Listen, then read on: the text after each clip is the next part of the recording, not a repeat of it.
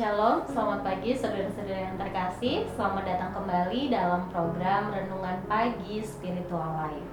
Renungan kita pada pagi hari ini akan terambil dari Lukas pasal 22 ayat 63 sampai 71 dengan judul perikop Yesus di hadapan Mahkamah Agama. Demikian firman Tuhan. Dan orang-orang yang menahan Yesus mengolok-olok dia dan memukulinya. Mereka menutupi mukanya dan bertanya, "Cobalah katakan siapakah yang memukul engkau?" Dan banyak lagi hujatan yang diucapkan mereka kepadanya. Dan setelah hari siang berkumpullah para sidang, tua-tua bangsa Yahudi dan imam-imam kepala dan ahli-ahli Taurat, lalu mereka menghadapkan dia ke mahkamah agama mereka. Katanya, "Jikalau engkau Mesias, katakanlah kepada kami." Jawab Yesus, "Sekalipun aku mengatakannya kepadamu, kamu tidak akan percaya. Dan sekalipun aku bertanya sesuatu kepada kamu, namun kamu tidak akan menjawab. Mulai sekarang anak manusia sudah duduk di sebelah kanan Allah yang Maha Kuasa." Kata mereka semua, "Kalau begitu engkau ini anak Allah." Jawab Yesus, "Kamu sendiri mengatakan bahwa akulah anak Allah." Lalu kata mereka, "Untuk apa kita perlu kesaksian lagi? Kita ini telah mendengarnya dari mulutnya sendiri." Saudara yang terkasih, dalam perikop yang telah kita baca, diceritakan tentang proses pengadilan yang dialami Yesus di hadapan Mahkamah Agama. Dalam pengadilan ini terdapat banyak kecurangan dan ketidakadilan yang dialami oleh Yesus. Mari kita melihatnya satu persatu. Pertama, proses pengadilan berlangsung terselubung.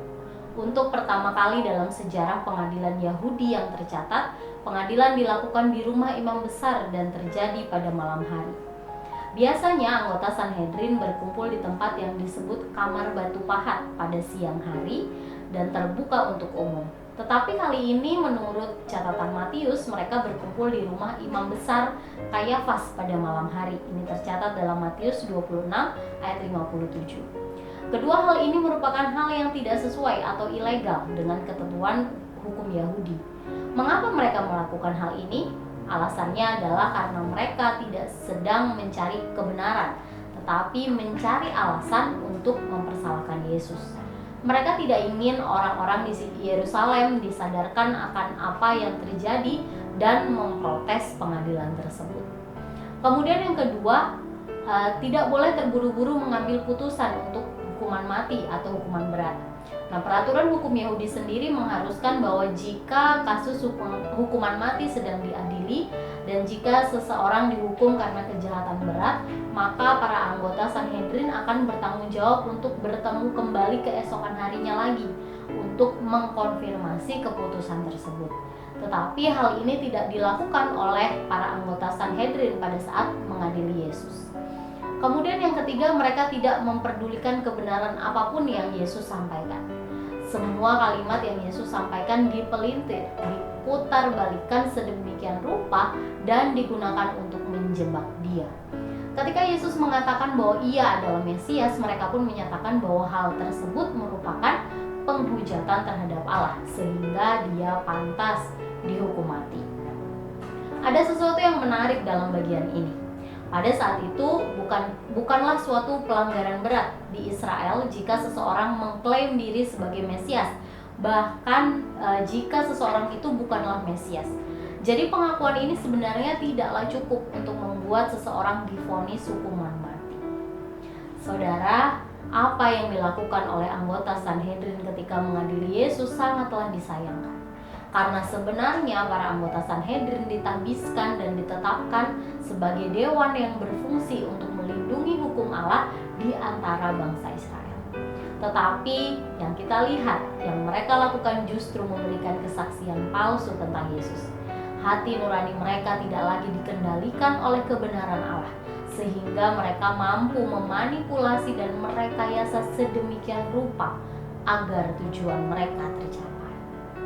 Saudara, apa yang dialami Yesus pada perikop ini terkadang juga terjadi dalam kehidupan kita sekarang.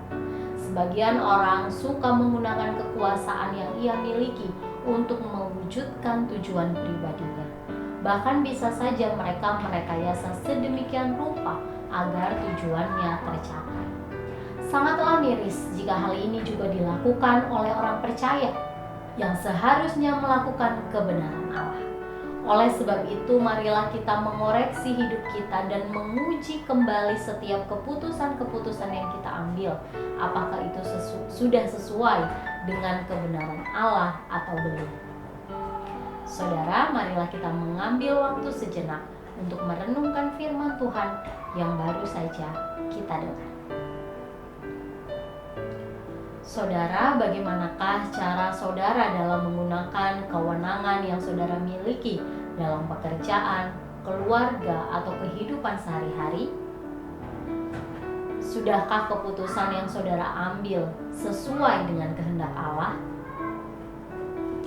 Jika saudara masih menggunakan kewenangan yang saudara miliki untuk kepentingan pribadi dan bukan berdasarkan kebenaran Allah, maka marilah mengambil waktu untuk mendoakan hal tersebut. Mari meminta Allah memberikan hikmat dan membimbing saudara sehingga dapat memutuskan segala sesuatu sesuai dengan kehendak Allah.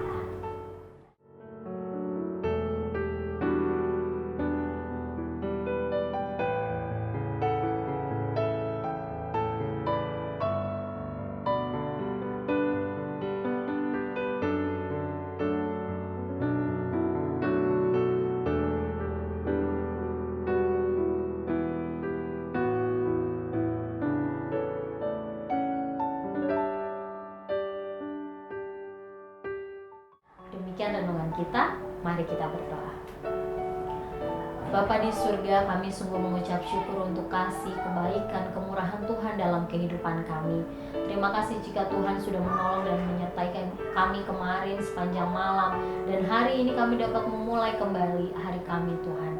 Ya Tuhan, kami juga bersyukur untuk kebenaran firman Tuhan yang sudah kami renungkan bersama, yang mengingatkan kepada setiap kami bahwa kami harus selalu berhati-hati dalam melangkah dalam kehidupan kami. Tuhan, ajar kami, bimbing kami, sehingga apapun keputusan yang kami ambil, setiap langkah kehidupan kami itu berdasarkan kebenaran Allah. Ajar kami untuk selalu mengingat kebenaran-Mu ini Tuhan dalam kehidupan kami sehari-hari. Ya Tuhan, kami serahkan seluruh aktivitas kami hari ini dan sepanjang kehidupan kami ke dalam tangan kuasa-Mu. Di dalam nama Yesus kami berdoa dan mengucap syukur. Haleluya. Amin. Selamat pagi, selamat beraktivitas. Tuhan Yesus memberkati.